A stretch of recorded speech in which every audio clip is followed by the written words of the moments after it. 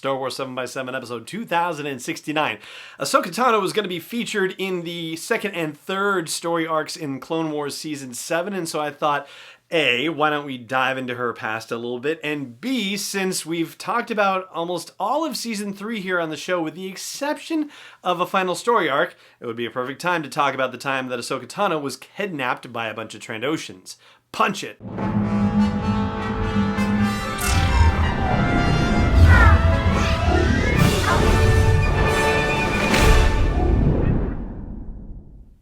Hey Rebel Rouser, I'm Alan Voivod and this is Star Wars 7x7.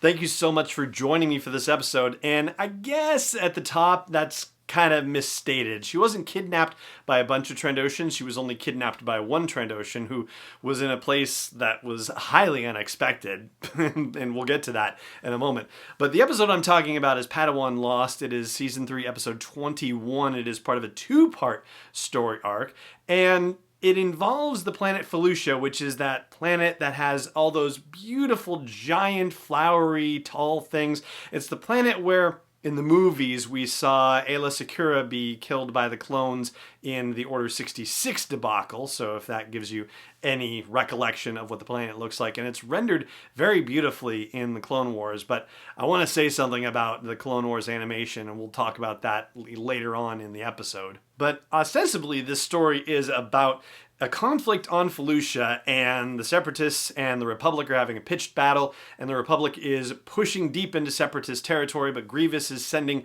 reinforcements to try and keep their hold on the place.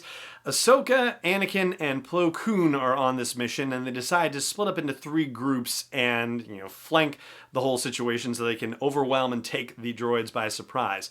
Unfortunately for Ahsoka, she sees her cadre of clone troopers get over the back wall, but there's a Trandoshan hanging around, just lurking in the flowers on Felucia and lurking by a base. Why? Who knows? And how did this Trandoshan get in there without being discovered by anyone?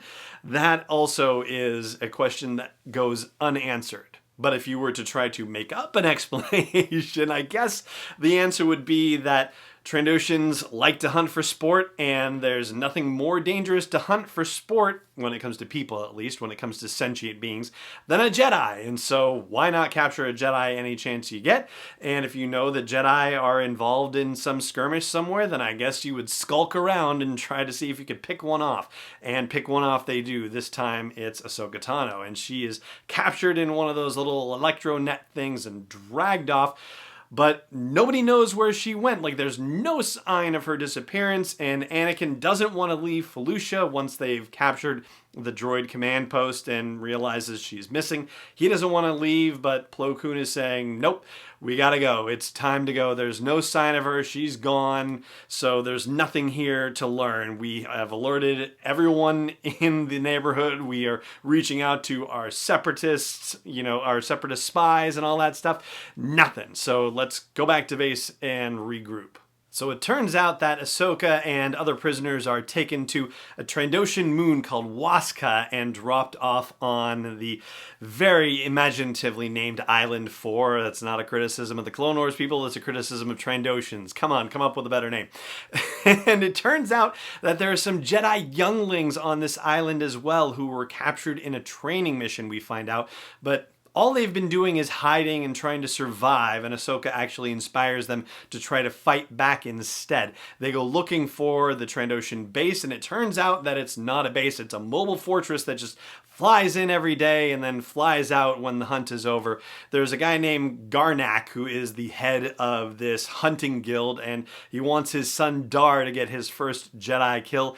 Unfortunately, that doesn't go very well for Dar, and Dar gets into a fight with Ahsoka and another youngling and falls to his death, which naturally makes Garnak very upset. Garnak kills one of the younglings and swears vengeance on Ahsoka, and Ahsoka goes running off deeper into the briar on this island where, unfortunately for the Trandoshans, they can't follow because their little floating hunting platforms are too big to get through the thickest parts of the briar.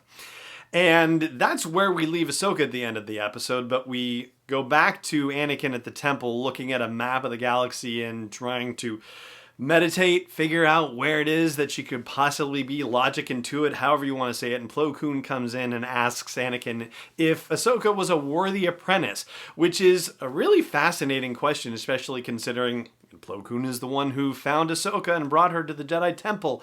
And I think it's more about the fact that he's trying to draw out Anakin's own ideas and help him arrive at a conclusion. So they talk about how fearless and determined she is.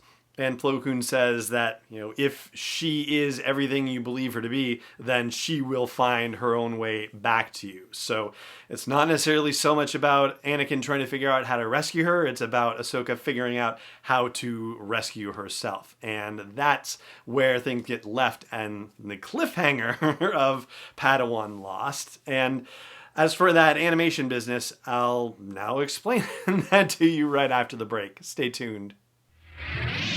Hey Rebel Rouser, I've made some changes to the asteroid belt level at patreon.com/SW7X7, and they are all with sponsors in mind. So if you want to get the word out about your business, your product, your service to a dedicated Star Wars audience, then please check out patreon.com/SW7X7 and look for the asteroid belt level for details. Again, that's patreon.com/SW7X7.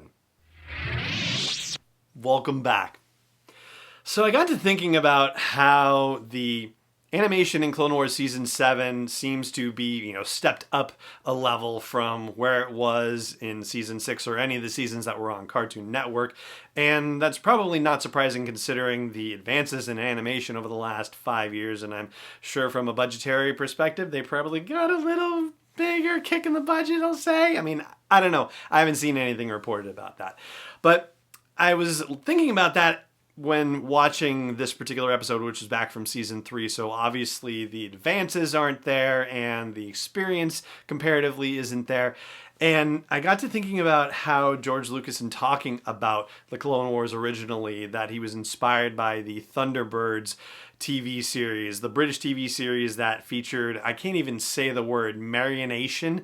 It's something like that, where it was like marionettes, but there was an animation to them or something like that. Anyway, and people were really unhappy with the animation of the Clone Wars in its early days and said how wooden it was and all this stuff. And here we are talking about the Clone Wars and how groundbreaking it was years upon years later and how it's one of the best pieces of Star Wars storytelling. And I even, got to thinking about Star Wars Resistance, the late lamented Star Wars Resistance. And I know it didn't necessarily have time to find the same audience that Clone Wars and Rebels did, but people were not necessarily happy with that animation style at the beginning of the series as well. And it just makes me wonder what would have happened if it had had 4 seasons, 5 seasons to breathe and to grow and develop. So anyway, just a couple of random musings about Star Wars animation. And with that, we're going to stop here. Thank you so much for joining me for this daily dose of Star Wars joy. And may the Force be with you wherever in the world you may be. Star Wars 7x7 is not endorsed or sponsored yet by Lucasfilm Limited, Disney, or 20th Century Fox, and is intended for entertainment and information purposes only. Star Wars, the Star Wars logo, all names and pictures of Star Wars characters, vehicles, and any other Star Wars-related items are registered trademarks and/or copyrights of Lucasfilm Limited or their respective trademark and copyright holders. May the Force be with them. All original content is copyright 2020 by Star Wars 7x7. We hope you love it.